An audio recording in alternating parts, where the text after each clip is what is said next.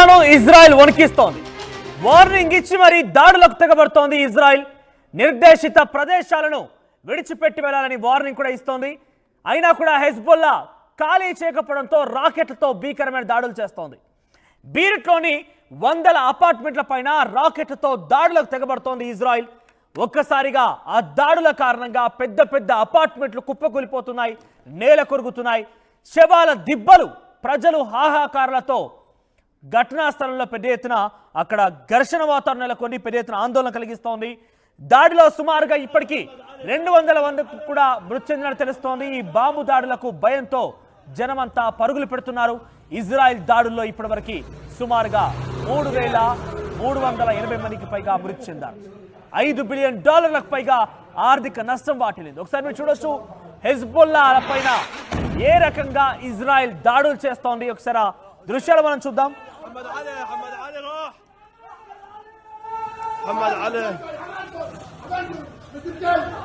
شو محمد علي شو اخذ محمد علي شو اخذه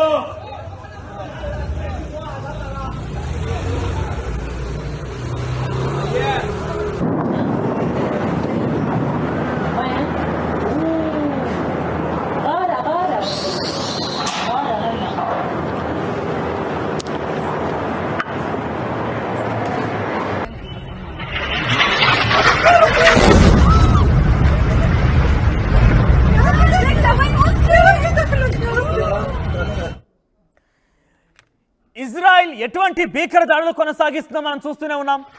ఇదే అటు ఇరాన్ పైనే కాకుండా హెజ్బొల్లా వ్యవస్థలు ఎక్కడెక్కడైతే ఉన్నాయో ప్రతి చోట Lebanon, Syria, Gaza strip, Hezbollah సంబంధించినటువంటి ఆ గ్రూప్ సంబంధించిన సభ్యులు ఎక్కడెక్కడ స్థావరాలు ఏర్పాటు చేసుకున్న ఆయా స్థావరాలని పెద్ద ఎత్తున తమ దాడులు చేసి పూర్తిగా అక్కడ అంతమొందిస్తోంది. ఇప్పటికే హెజ్బొల్లాకు సంబంధించినటువంటి అనేక మంది నాయకులను కూడా అంతమొందించింది.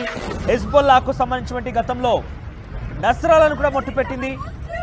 హెజ్బొల్లాకు సంబంధించినటువంటి సంస్థ లీడర్లు ఎవరున్నా కూడా వారందరినీ మట్టు పెట్టడమే లక్ష్యంగా ముందుకు వెళ్తోంది ఇజ్రాయెల్.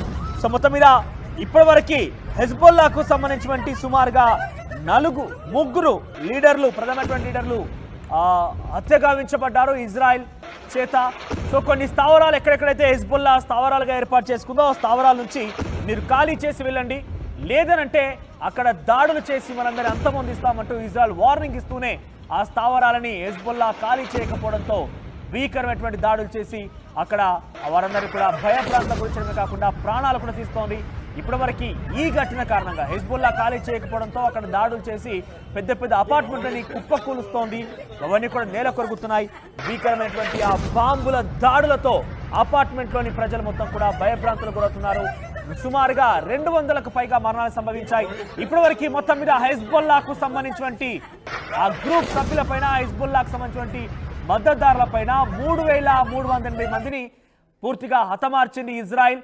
ఇక మరోసారి తన వార్నింగ్ ఇస్తూ దాడులు చేస్తున్న నేపథ్యంలో మీరు చూడవచ్చు ఇక్కడ అపార్ట్మెంట్ల సంగతి ఏ రకంగా ఉందనేది. అపార్ట్మెంట్ల పైన చాలా భీకరంగా దాడులు చేస్తోంది. హెజ్బొల్లా వ్యవస్థకు సంబంధించినటువంటి వ్యక్తులు ఎక్కడెక్కడైతే ఉన్నారో ఆ అపార్ట్మెంట్లను టార్గెట్ చేసి, ఆ స్థావరాలను టార్గెట్ చేసి దాడులు చేస్తుంటే ఒక్కసారిగా ఎంత పెద్ద అపార్ట్మెంట్ అయినా సరే ఇట్టే నేల కొరిగిపోతోంది. ఇట్లనే చూసి చూడగానే కనురేపపాట్లోనే పూర్తిగా కూలిపోతోంది. అందులో ఉన్నటువంటి జనమంతా కూడా ఒక్కసారిగా హాహాకారాలతో భయానకమైన సిచ్యువేషన్ ఎదుర్కొంటున్నారు. చాలా మంది మరణిస్తున్నారు. దాడులు కొనసాగుతున్నాయి. హెజ్బొల్లా వ్యవస్థ ఎక్కడున్నా కూడా అక్కడ అంతమొందించడమే లక్ష్యం అంటోంది ఇజ్రాయెల్. ఇప్పటికే ఇజ్రాయెల్కి వ్యతిరేకంగా ఇరాన్, మిగిలినటువంటి ఇస్లామిక్ దేశాలన్నింటినీ కూడా కూడగట్టేసింది. ఇరాక్ కూడా ఇరాన్కి మద్దతుగా నిలిచింది. ఇతర సిరియా, ఆ తర్వాత అటు ఇరాన్కి సంబంధించి దుబాయ్ కూడా మద్దతుగా నిలుస్తోంది. చాలా దేశాలు కూడా ఈ రకంగా మద్దతుగా నిలుస్తున్నాయి. మరి ఈ నేపథ్యంలో ఇజ్రాయెల్ మాత్రం ఏమాత్రం తగ్గడం లేదు. అయితే అమెరికా నుంచి పెద్దగా అటు ఇజ్రాయెల్కి చాలా మద్దతు అయితే కూడగట్టగలిగారు ఇజ్రాయెల్. జో బైడెన్ అధ్యక్షుడిగా ఉన్న నేపథ్యంలో పెద్ద ఎత్తున ఇజ్రాయెల్కి అయితే మద్దతు లభించింది. కానీ ట్రంప్ అయితే ప్రకటించారు ఇటీవల అధ్యక్ష పదవి ఎన్నికల సందర్భంలో ఆయన గెలిచారు కూడా. సో నేను కనుక గెలిస్తే ఈ యుద్ధాన్ని ఒక కొలిక్కి తీసుకొస్తాను, అయితే దానికి ఫుల్ స్టాప్ చెప్పి ప్రయత్నం చేస్తానని కూడా మాట్లాడుకొచ్చారు. ఆయన జనవరిలో కల్లా కొంత దీనికి సంబంధించి పూర్తి స్థాయిలో అమెరికా అధ్యక్షుడిగా బాధ్యతలు చేపట్టే అవకాశం ఉంది. ఆయన అధ్యక్ష బాధ్యతలు చేపట్టిన తర్వాత ఇజ్రాయెల్ యుద్ధం కొలిక్కి వస్తుందని ఒక అంచనా వేస్తున్నారు అక్కడ ప్రజానికి. ఎందుకంటే ప్రస్తుతానికి అమెరికా సపోర్ట్తోనే ఇజ్రాయెల్ పేటరేగిపోతోంది, ఇజ్రాయెల్ భీకరంగా దాడులు చేస్తోంది. కాబట్టి అమెరికా అధ్యక్షుడు జో బైడెన్ సహకారమే ఉన్నట్టుగా పెద్ద ఎత్తున అందరికీ తెలిసిన విషయమే. ఒకవేళ కనుక అమెరికా అధ్యక్షుడిగా జో బైడెన్ కుర్చీ ఖాళీ అయిపోయిన తర్వాత ఎవరైతే ట్రంప్ దాన్ని అధిరోహిస్తారో, ట్రంప్ మాత్రం యుద్ధాన్ని ఆపుతానని చెప్పాడు. కాబట్టి ఆ తర్వాత నుంచి ఇజ్రాయెల్ తన సపోర్ట్ ఇవ్వడం, అమెరికా కనుక ఆపేస్తే ఇజ్రాయెల్కి కొంత దిక్కుచోతని పరిస్థితి ఎదురయ్యే అవకాశం ఉంది. తర్వాత ఇస్లామిక్ దేశాలన్నీ కూడా మూకుమ్మడిగా ఇజ్రాయెల్ పై దాడి చేస్తే ఇజ్రాయెల్ చాలా భయానకమైన పరిస్థితి ఎదుర్కొనే అవకాశం కనబడుతోంది. ప్రస్తుతానికైతే హెజ్బుల్లా స్థావరాలపైన ఇజ్రాయెల్ దాడులు కొనసాగిస్తోంది. ఈ దాడిలో సుమారుగా ఈరోజు ఒక్కరోజే 200 మందికి పైగా మరణించారు. చాలా భీకరమైనటువంటి బాంబుల దాడిలో సుమారుగా ఇప్పటివరకు 3,380 మంది మృతి చెందినట్టుగా తెలుస్తోంది. పెద్ద పెద్ద అపార్ట్మెంట్లు, బిల్డింగ్స్ అన్ని కూడా కనురెప్పపాట్లోనే కుప్పకూలిపోతున్నాయి, నేల కొరుగుతున్నాయి.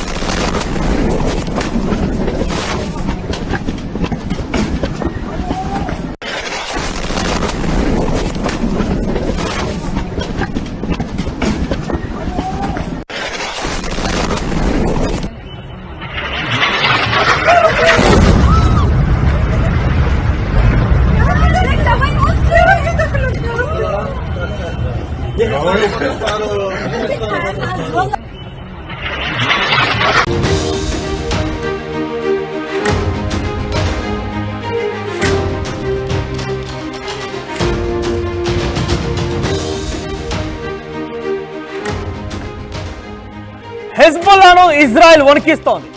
వార్నింగ్ ఇచ్చి మరీ దాడులకు తెగబడుతోంది ఇజ్రాయెల్. నిర్దేశిత ప్రదేశాలను విడిచిపెట్టి వెళ్లాలని వార్నింగ్ కూడా ఇస్తోంది. అయినా కూడా హెజ్బుల్లా ఖాళీ చేయకపోవడంతో రాకెట్లతో భీకరమైన దాడులు చేస్తోంది. బీరుట్లోని 100 అపార్ట్మెంట్ల పైన రాకెట్లతో దాడులకు తెగబడుతోంది ఇజ్రాయెల్. ఒక్కసారిగా ఆ దాడుల కారణంగా పెద్ద పెద్ద అపార్ట్మెంట్లు కుప్పకూలిపోతున్నాయి, నేల కొరుగుతున్నాయి. శవాల దిబ్బలు, ప్రజలు హాహాకారాలతో ఘటనా స్థలంలో పెద్ద ఎత్తున అక్కడ ఘర్షణ వాతావరణం నెలకొని పెద్ద ఎత్తున ఆందోళన కలిగిస్తోంది.